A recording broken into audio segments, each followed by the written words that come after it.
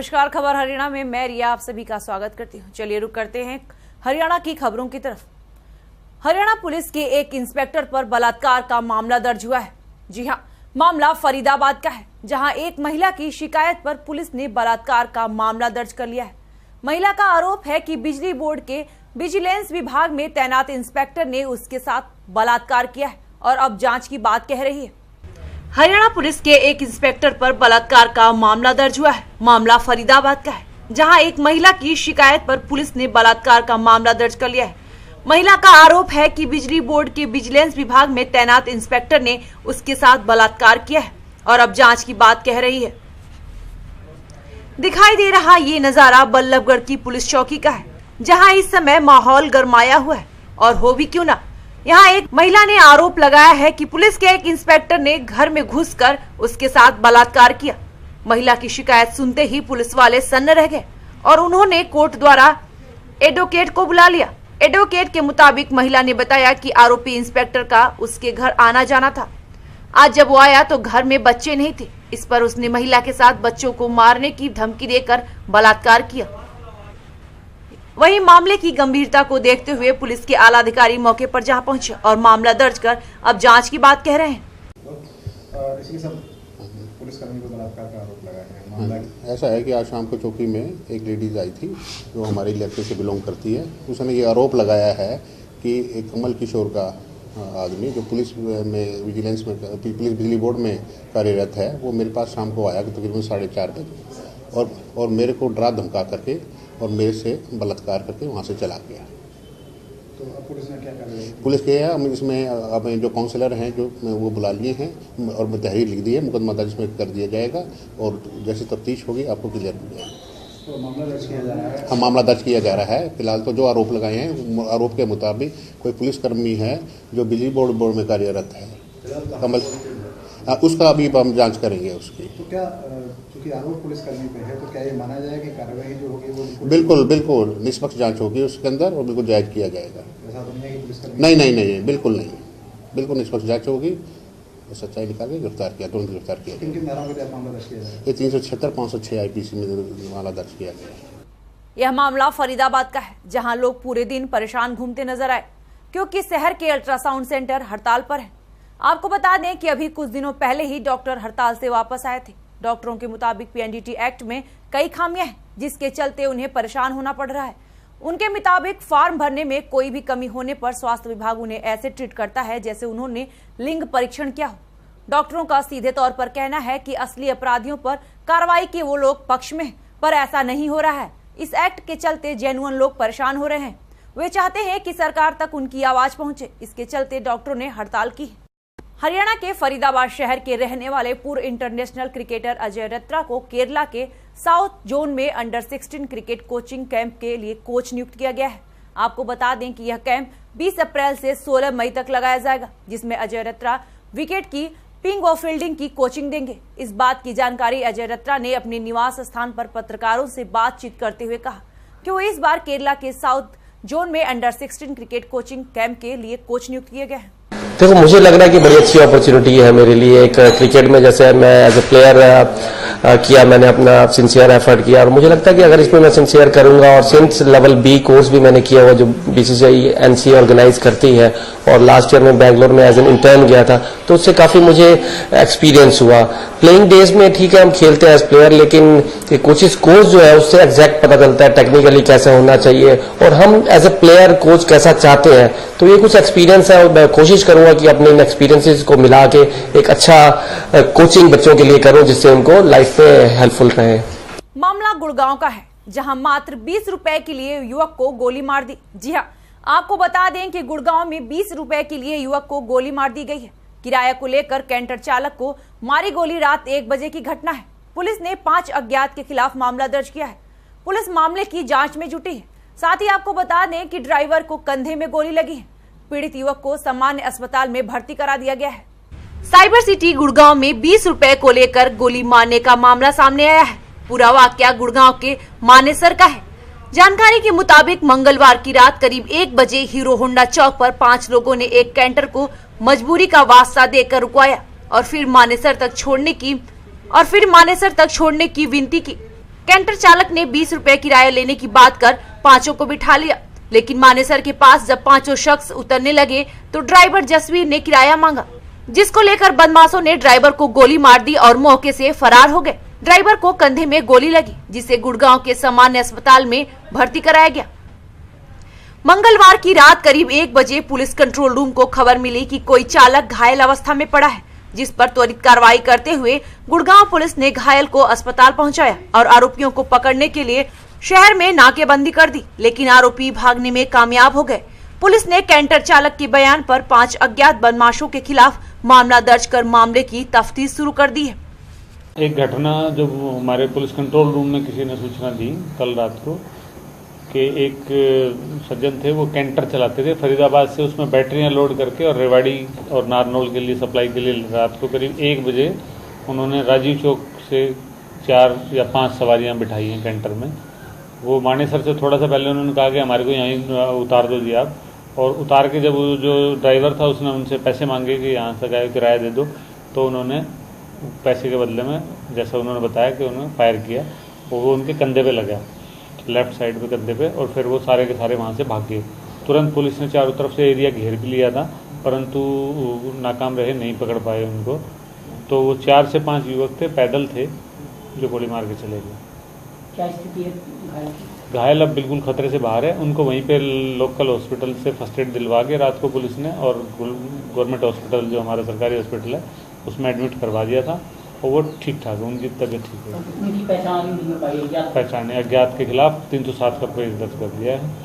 अतिरिक्त मुख्य सचिव हरियाणा, जिला उपायुक्त, जिला खाद्य निगम अधिकारी व पटौदी तहसीलदार हेली मंडी अनाज मंडी में गेहूं की खरीद पर 25% कटौती की बात सुनकर किसानों और व्यापारियों ने हेली मंडी में पटौदी कुलाना रोड को लगभग 2 घंटों तक जाम रखा। आपको बता दें कि किसानों का आरोप है कि एक तो पहले ही सरकार गेहूं की खरीद नहीं कर रही है, ऊपर से अधिकारी उन्हें भारत सरकार का हवाला देकर हलकान कर रहे हैं। मार्केट कमेटी सचिव नरेंद्र यादव के आश्वासन पर किसानों ने जाम खोला। यमुनानगर की ITI चौक, जो कि सबसे व्यस्त चौक है, यहां से फब्बारा चौक रोड से ITI की तरफ आ रही एक एक्टिवा पर मां बेटी को पीछे से आ रहे ट्रक ने टक्कर मार दी, जिससे महिला ट्रक के नीचे आ गई, जबकि उसकी बेटी ट्रक से थोड़ी दूर तक घसीटते हुए गई, लेकिन वह जैसे तैसे बच गई। लेकिन महिला को ट्रक ने इस प्रकार कुचल दिया कि महिला का शरीर 3 हिस्सों में बट गया। चौक पर तैनात पुलिसकर्मी ने डंपर चालक को मौके से ही हिरासत में ले लिया और वह उसे थाने ले गए, जबकि काफी देर तक पुलिस मौके पर नहीं पहुंची। लिहाजा शव के पास भारी भरकम लोगों की भीड़ इकट्ठा होनी शुरू हो गई और लोगों ने ही ट्रैफिक का जिम्मा भी अपने ऊपर लेकर ट्रैफिक को निकालना शुरू कर दिया। लड़की अपनी माँ के साथ एक्टिवा में जा रहे थे, इधर अपना कुमानी चौक की तरफ से, और उसी साइड से उन्हीं की तरफ से पीछे से एक डंपर ट्रक आ रहा था, उसने बड़ी तेजी से जो ना टक्कर मारी और उसको बहुत बुरी तरह से कुचल दिया है। ट्रक को चालक भी पकड़ लिया है। और रेवाड़ी जिले में बिना अनुमति के चल रहे अल्ट्रासाउंड केंद्रों के खिलाफ स्वास्थ्य विभाग की ओर से लगातार की जा रही छापेमार कार्रवाई के बावजूद कोई लगाम नहीं लग पा रही है। इसी के चलते ऐसा ही एक मामला उस समय सामने आया जब स्वास्थ्य विभाग ने अपनी छापेमारी कार्रवाई के दौरान नाई वाली चौक के समीप बिना रजिस्ट्रेशन के चल रही एक अल्ट्रासाउंड मशीन को सील कर दिया। विभाग को लगातार पिछले कई दिनों से सूचना मिल रही थी कि नाई वाली के समीप डॉक्टर VL गोयल अस्पताल में बिना किसी अनुमति के धड़ल्ले से अल्ट्रासाउंड किए जा रहे हैं। इस पर कार्रवाई करते हुए सिविल सर्जन ने एक टीम गठित करके वहां छापेमारी की और मौके पर मौजूद अल्ट्रासाउंड मशीन को सील कर दिया। आपको बता दें कि इस मामले में सिविल सर्जन का कहना है कि प्रदेश में रेवाड़ी जिले का सेक्स रेशो बेहद कम है, जिसे देखते हुए विभाग की ओर से लगातार इस तरह की कार्रवाई की जा रही है। जहां तक इस अल्ट्रासाउंड सेंटर का सवाल है तो काफी समय पहले ही इसका रजिस्ट्रेशन खत्म हो चुका है, उसी के चलते यह कार्रवाई की गई है। हुआ यूं कि विभाग को लगातार पिछले कई दिनों से सूचना मिल रही थी कि नाई वाली के समीप डॉक्टर VL गोयल अस्पताल में बिना किसी अनुमति के धड़ल्ले से अल्ट्रासाउंड किए जा रहे हैं। इस पर कार्रवाई करते हुए सिविल सर्जन ने एक टीम गठित करके वहां छापेमारी की और मौके पर मौजूद अल्ट्रासाउंड मशीनों को सील कर दिया। इस मामले में सिविल सर्जन का कहना है कि प्रदेश में रेवाड़ी जिले का सेक्स रेशो बेहद कम है, जिसे देखते हुए विभाग की ओर से लगातार इस तरह की कार्रवाई की जा रही है। जहां तक इस अल्ट्रासाउंड सेंटर का सवाल है तो काफी समय पहले ही इसका रजिस्ट्रेशन खत्म हो चुका है, उसी के चलते यह कार्रवाई की गई है। उन्होंने माना कि रेवाड़ी जिले में अनेक अल्ट्रासाउंड संचालक इसी तरह के गलत कामों में संलिप्त हैं। मगर इसे किसी सूरत में बर्दाश्त नहीं किया जाएगा और आने वाले दिनों में इस पर और अधिक सख्ती से काम लिया जाएगा। वहीं स्वास्थ्य विभाग की इस कार्रवाई को लेकर शहर के लोगों का कहना है कि विभाग इन दिनों बेहद सराहनीय कार्य कर रहा है। अगर इसी तरह कार्रवाई होती रही तो आने वाले दिनों में जरूर सेक्स रेशो में वृद्धि होगी।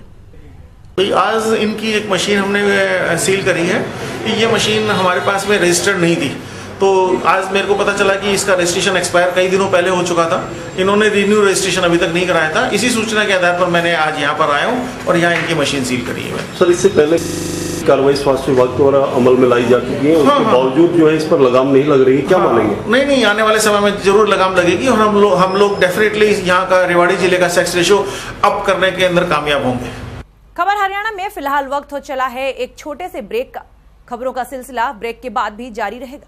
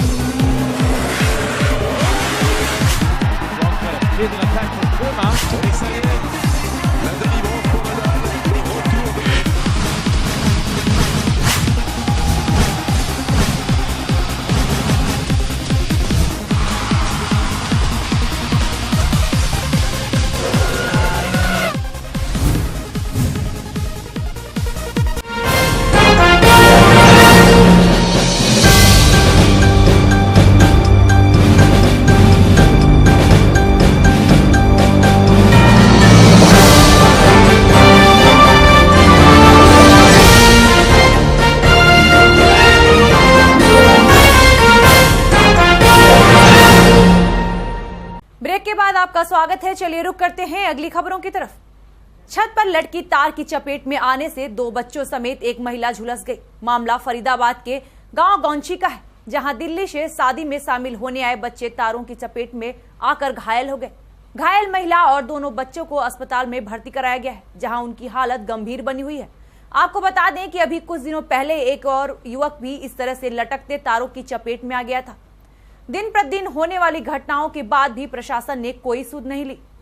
दिखाई दे रहा ये नजारा है फरीदाबाद के गांव गौंची का, जहां चारों तरफ तार ही तार नजर आ रहे हैं। इस छत के ऊपर लटकी तार से 3 लोग करंट की चपेट में आ गए। तार छत पर इतने नीचे था कि छत पर खेल रहे बच्चे इसकी चपेट में आ गए।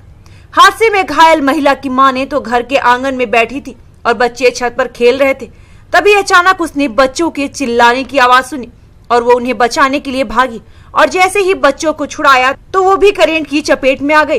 पड़ोसियों की माने तो बिजली विभाग के तार बिल्कुल उनकी छत के ऊपर से जा रहे हैं। वे कई बार विभाग से इन्हें हटाने के लिए भी कह चुके हैं। वहीं पुलिस मामले की जानकारी और जांच की बात कह रही है। उनके मुताबिक तार बहुत पहले से ही वहां से जा रही है, पर लोगों ने उसके बाद भी वहां घर बनवा लिए हैं। बच्चों को पकड़ लिया था, उनकी चीज गई थी तो ऊपर से तार करंट लग गया। छत के ऊपर से जा रहे तार? हाँ, छत के ऊपर से जा रहे थे। क्या कर रहे थे बच्चे? वहाँ खेल रहे थे। खेल रहे थे बच्चे? कितने बच्चे थे? 3-4 बच्चे थे। तो सबको आपने बचाया है? किसके पापा? सब गए थे, जो निचे थे वो बड़े थे, सब गए थे। सभी गए, सभी जल गए ना, सारे। तार की ऊंचाई कितनी है? कितनी फुट मान सकते हैं? 4 फुट 3-4 फुट है बस। 3-4 फुट। कुर्सी जी क्या हुआ यहाँ पर? कितने बच्चों को करंट लगा है? क्या हुआ था? हादसा क्या है? मेरे तो दो देखे मैंने और एक जनानी, 3 बच्चे देखे। कैसे लगा करंट? क्या पता चला? नहीं, ऊपर चढ़ रहे थे, मैं तो घर में था, आवाज मरती है जब मैं तो भाग का हूँ, इतने देखा। क्या नाम है आपका? मोहसिन खान नाम है मेरा। मोहसिन, हादसा हुआ है, कैसे हुआ हादसा? हुआ है ये कितने बच्चे खेल रहे थे? 2 बच्चे थे और खेल रहे थे, तो तार इतने नीचे होने के कारण बच्चे बाहर से आए हुए थे, उनको पता नहीं था कि ये लाइन है यहाँ पे, और हादसा हो गया। और एक लड़की की गले में चोट आई है, के सर में आई है, ये यहाँ से गला 2 बच्चों को करंट लगा है। तीसरी बहू है। सरस्वती महिला महाविद्यालय पलवल के दीक्षांत समारोह में सुप्रीम कोर्ट ऑफ इंडिया के न्यायाधीश A.K. सीकरी ने बतौर मुख्य अतिथि शिरकत की और इसी के साथ इस अवसर पर पंजाब एंड हरियाणा हाईकोर्ट के न्यायाधीश N.K. शांघी भी मौजूद थे।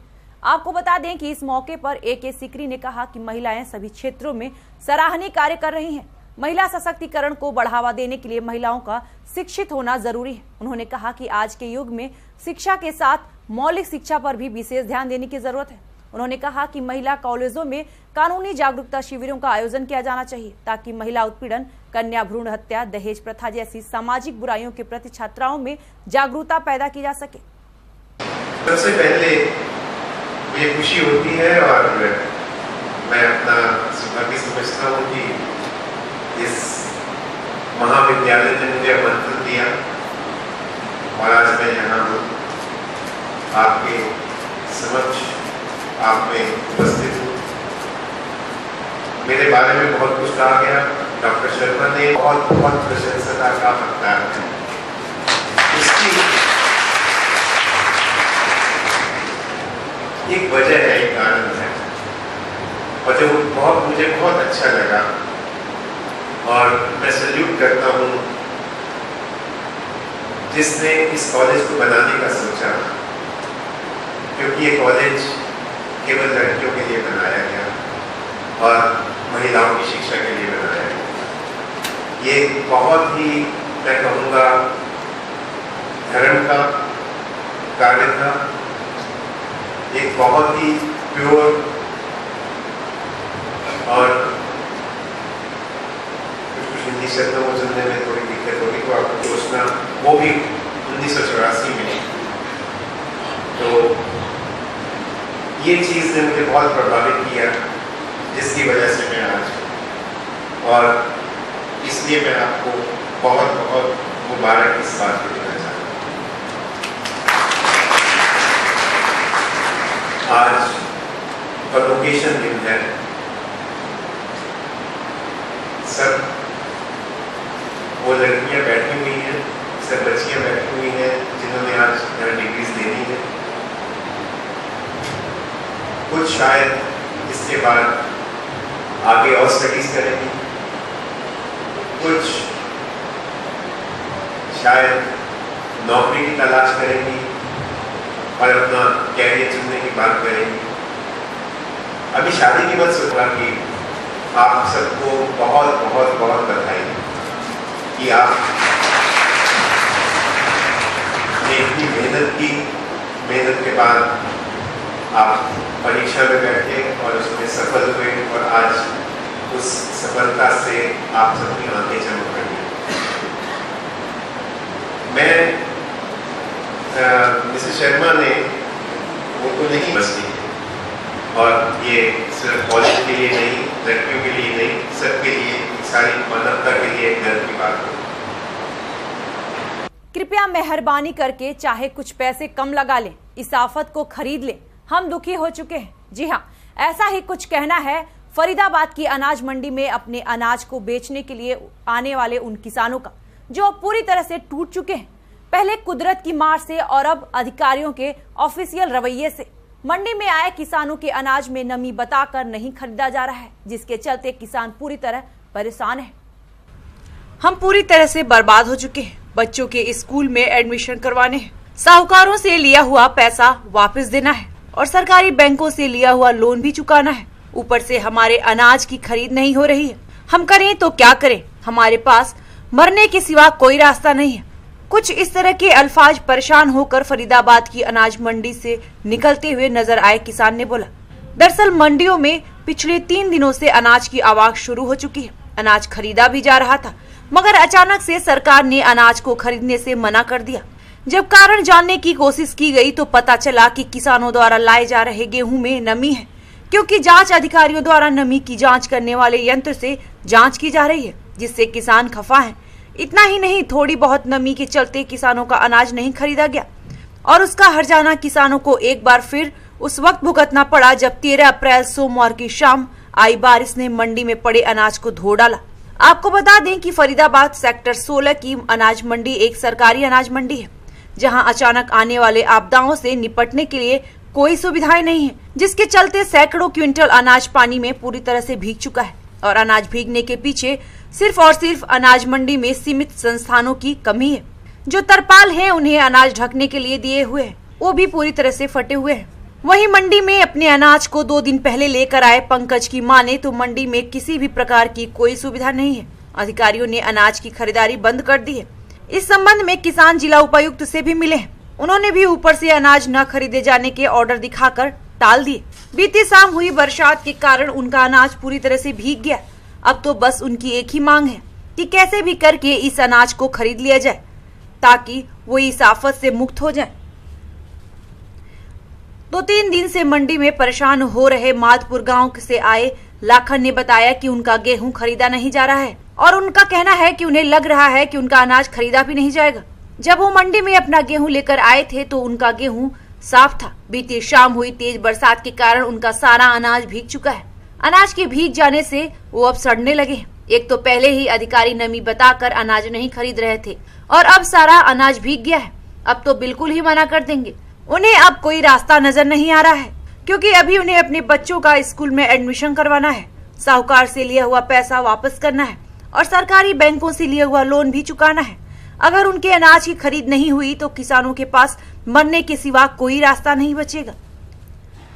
वहीं दूर गांव से किराए पर वाहन करके अपने अनाज को बेचने के लिए आए बुजुर्ग किसान ने बताया कि वो 1500 रुपए देकर अनाज को मंडी तक लेकर आए हैं, मगर यहाँ आकर उन्हें पता चला है कि गेहूं की खरीद नहीं हो रही है और उन्हें गेहूं वापस ले जाने के लिए बोला जा रहा है। अगर वो फिर से गेहूं को वापस ले जाते हैं और फिर से लेकर आते हैं तो उनके किराए में ही हजारों रुपए खर्च हो जाएंगे। उनकी बस एक ही मांग है, जैसा ही है वैसा ही सरकार इसे खरीद ले, चाहे कुछ पैसे कम दे दे, लेकिन इसे खरीद ले। हम परेशान हो चुके हैं। कल आया तो क्या हुआ है यहाँ?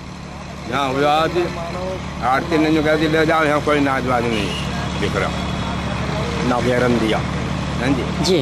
रात जब सब चले गए, जब उठा के कहाँ ले जाए, हम बारिश हो रही, जब गहरा दे गहरा को आप आरती बोले उठाओ या नाज, कहाँ ले जाएंगे उठा के हम जी। यहाँ के आड़तियों ने और अधिकारियों ने मना कर दिया। हाँ जी। तो आप अनाज अपने गांव से किराए पे लेके आए थे? किराए पे लेके आए, 1500 रुपये किराए के दिए ट्रैक्टर वाले को। ट्रैक्टर वाले अब यहाँ से क्या बोल रहे हैं वो उठाने के लिए? कह रहे हैं जी यहाँ कोई नाज नहीं बिका, अपने उठाओ या ले जाओ। बेमौसम बरसात के कारण गेहूं की फसल को लेकर किसान पहले से परेशान थे। अब रही सही कसर सरकार ने पूरी कर दी। आपको बता दें कि किसान बरसात की मार से बचे हुए गेहूं को मंडियों में तो ले आ रहे हैं, लेकिन ना तो सरकार और ना ही आड़ती उनके गेहूं की खरीद कर रहे हैं, जिससे किसान काफी खफा हैं और सरकार से मांग कर रहे हैं कि अगर सरकार ने इस समस्या पर जल्द ध्यान नहीं दिया तो वे बड़ा आंदोलन करेंगे। गिरिराज सिंह है जी। तो गिरिराज जी, मोहना मंडी में क्या क्या दिक्कत आ रही है आपको? मोहना मंडी में जी इतनी दिक्कत है, 4-5 दिन से जिम्मेदार पड़ा है, ना तो कोई गेहूं की तुलाई हो रही है, आड़ेती तरह तरह की बात बना रहे हैं, रिजेक्ट हो गया, या 1.5 किलो वजन में फालतू तोल रहे हैं, फिर भी अनाज नहीं लिया जा रहा। यूपी से अनाज आ रहा है, उसे 1100-1200 रुपये में तोल रहे हैं, हरियाणा का अनाज लिया नहीं जा रहा है। ये रुकना चाहिए यूपी का अनाज। और जिम्मेदार के लिए अंदर 4 दिन से पड़े हैं अपने अनाज पे, ना कोई शौचालय है, ना कोई पानी की व्यवस्था है, नहीं कोई रोटी की व्यवस्था। बहुत ज़्यादा दुखी है जिम्मेदार इस समय। तो इसमें गवर्नमेंट को इसकी तरफ कुछ सोचना चाहिए, देखना चाहिए। जिम्मेदार आज बहुत दुखी है। पहले ही भगवान ने काफ़ी मार दिए जिम्मेदार को और ये गवर्नमेंट मार रही है, आड़ेती मार रहे हैं। इसका कोई ना कोई समाधान होना चाहिए। अगर नहीं हुआ तो जिम्मेदार मजबूरन आंदोलन करना पड़ेगा, जिम्मेदार को सड़क पर आना पड़ेगा। इसमें कोई ना कोई सुविधा, कोई ना कोई सुधार जरूरी है, करना चाहिए गवर्नमेंट को, इसकी तरफ देखना चाहिए। सुरेंद्र जी, क्या क्या दिक्कत आ रही है किसानों को? दिक्कत ये आ रही है, ना किसान का माल उतर रहा है, ना कोई कहने वाला, ना कोई सुनने वाला। 10-10 दिन, 8-8, 7-7 दिन हो गए। गवर्नमेंट ने कह दिया जी ले आओ अपना, 1 अप्रैल से परचेज करेंगे। आज क्या तारीख होगी? आज तक कोई परचेज नहीं है, कोई ना ट्रॉली उतर रही है। बुरा हाल है। अपनी ढेरियों को यहाँ रखा में नुकसान हो रहा है।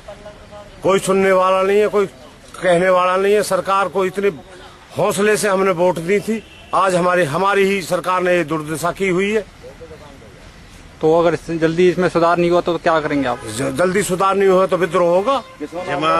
किसान आंदोलन पर उतर रहे हैं और आज भी है आंदोलन। तो ये सरकार कैसी है मतलब किसानों के लिए? किसानों के लिए तो कुछ भी नहीं है सरकार। बिजली का कोई टाइम नहीं है। ये सबसे बड़ी तो हम साल भर की फसल है, इसको देखो क्या दुर्दशा हुई पड़ी है। मार दे एक बार।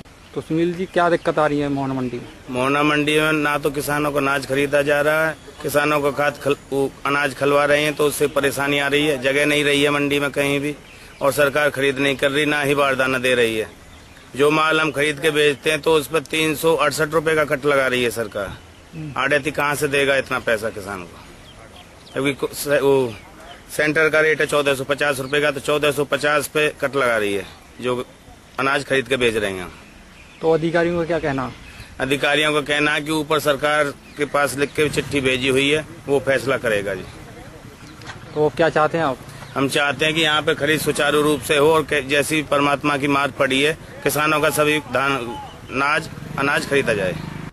वैसे तो कहते हैं कि अब दुनिया में इंसानियत नाम का शब्द बचा ही नहीं, मगर जब लोग इंसानियत दिखाना चाहते हैं तो उन्हें डरा धमका दिया जाता है, कानून में फंसने का डर दिखाया जाता है। आइए रुक करते हैं इस पूरी खबर की तरफ। जी हाँ, दिमागी हालत से ठीक ना होने के कारण एक महिला दिन दहाड़े ओल्ड और न्यू टाउन रेलवे स्टेशन के बीच में रेलवे लाइन की हाई वोल्टेज तारों के खंभे पर चढ़ गई। आपको बता दें कि इस मौके पर पहुंचे रेलवे विभाग के कर्मचारी से एक युवक ने महिला को ऊपर से उतारने और उसे बचाने की आज्ञा भी मांगी, पर कर्मचारी ने उसे डराकर मना कर दिया। जहां लोगों की भीड़ ने उसे उतरने का आग्रह किया, मगर उतरते समय महिला हाई वोल्टेज तार से टकराई और उसकी मौके पर ही मौत हो गई।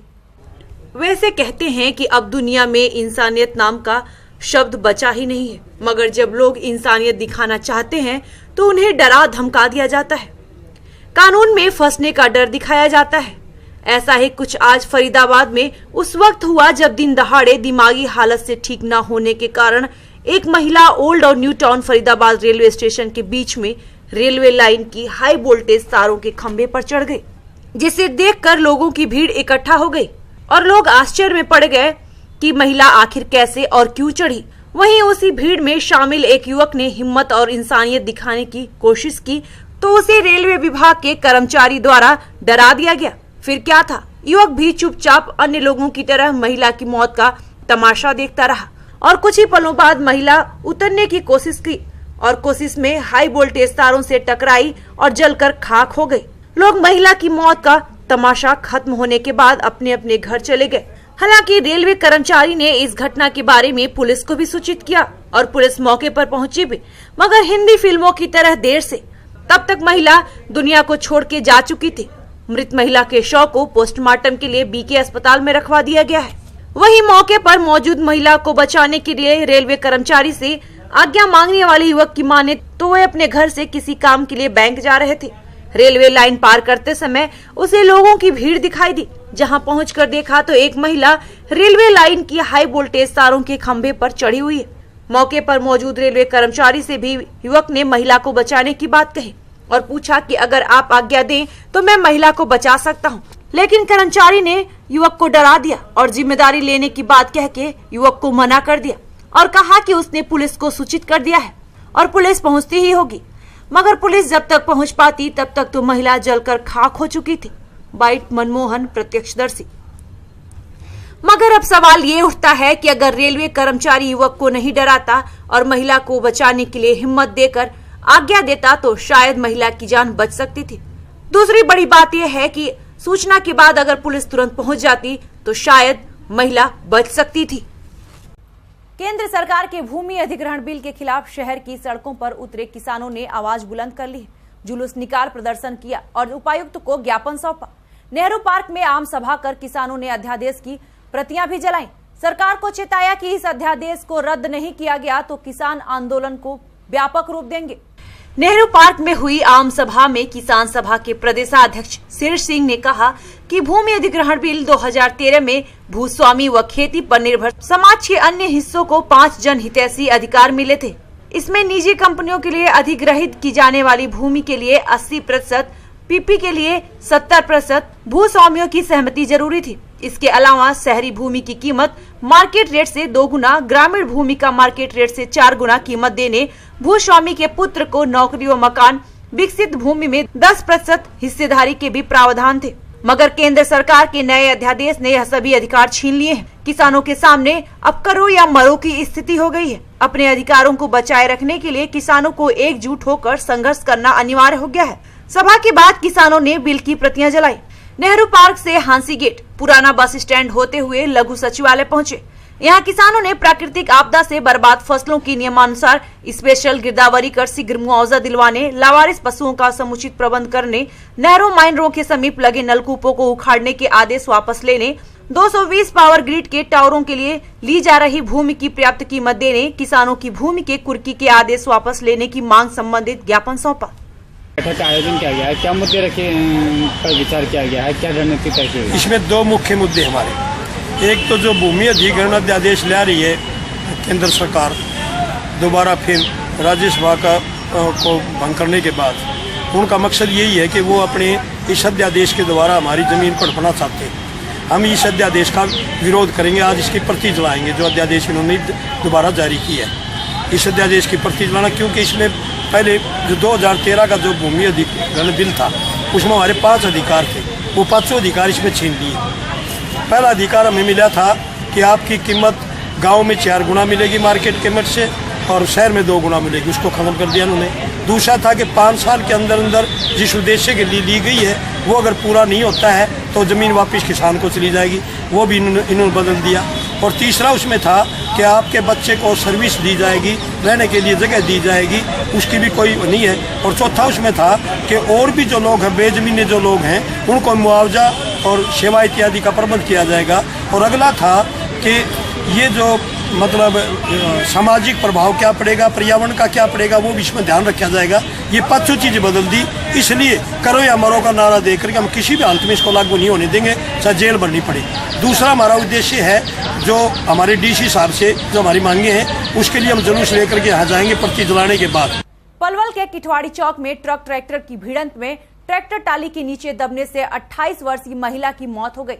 सूचना पाकर घटना स्थल पर पहुंची पुलिस ने मृतका के शव को पोस्टमार्टम के लिए पलवल सिविल अस्पताल भिजवा दिया और मामले में कानूनी कार्रवाई शुरू कर दी है।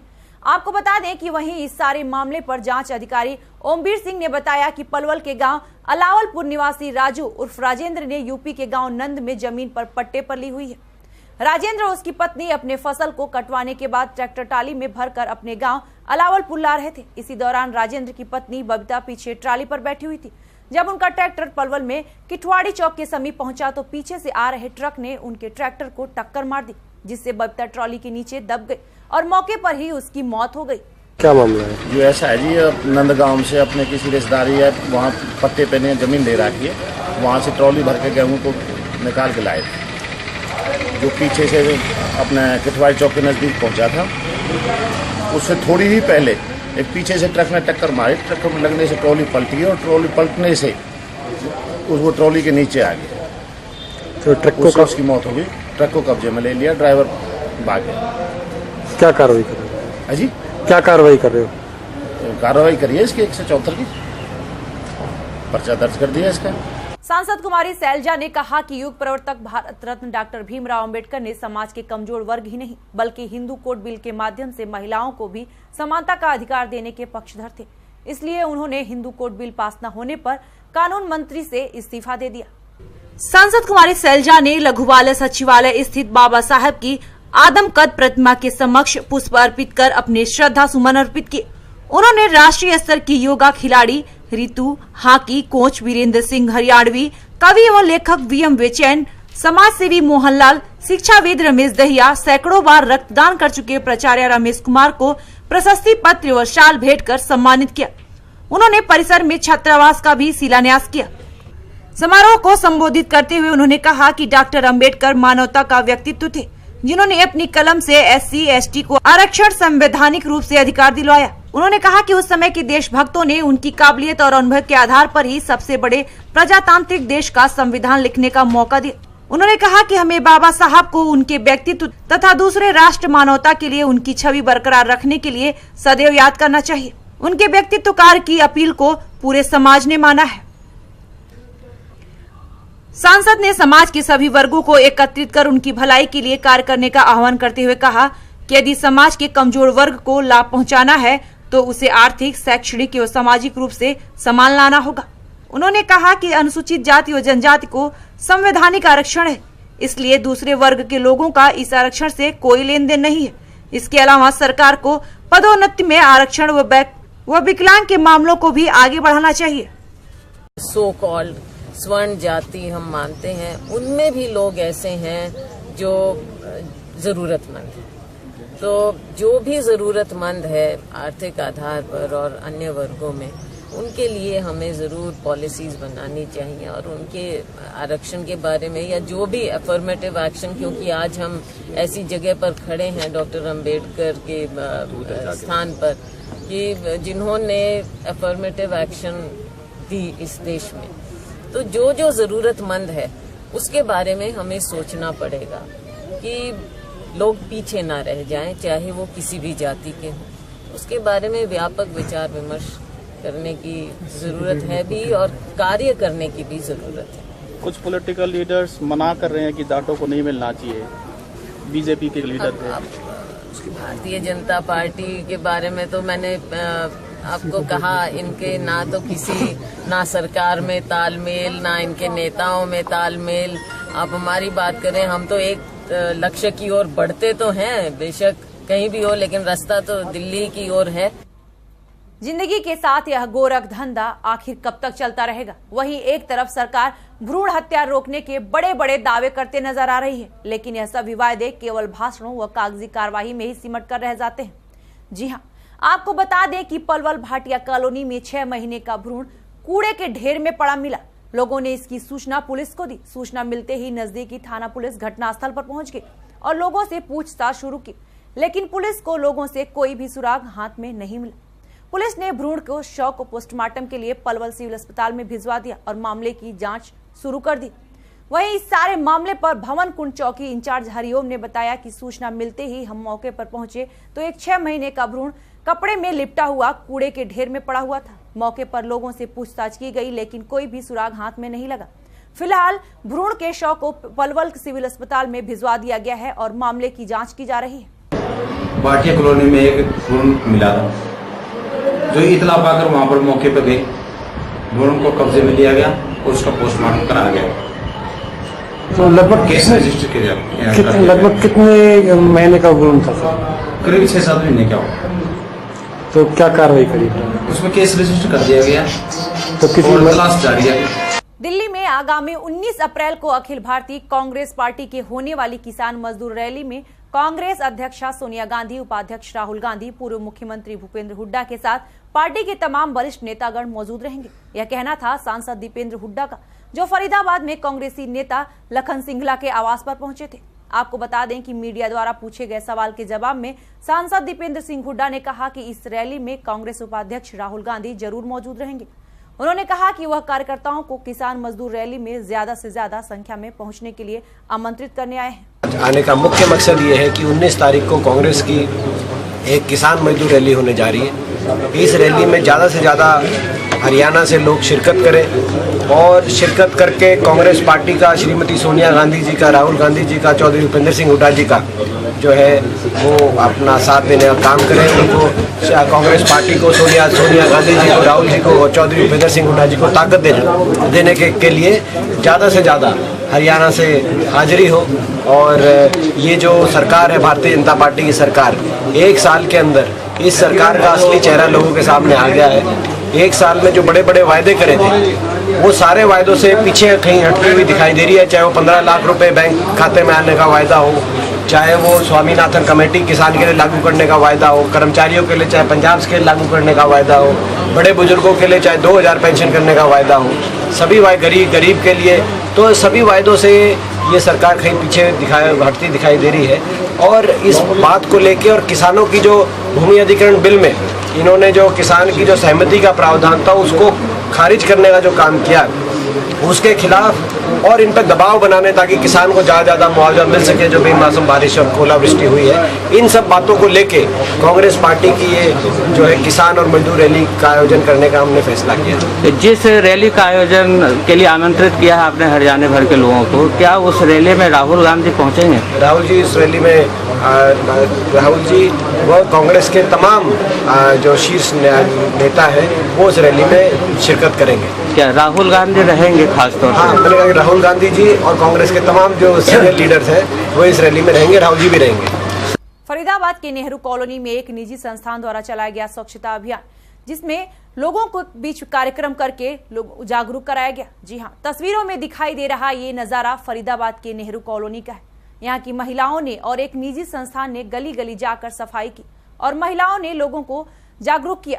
जी हाँ, उन्होंने कहा कि अपने आसपास सफाई का खास ध्यान रखें, अपने बच्चों को बताएं और खाने से पहले हाथ धोने के लिए कहा।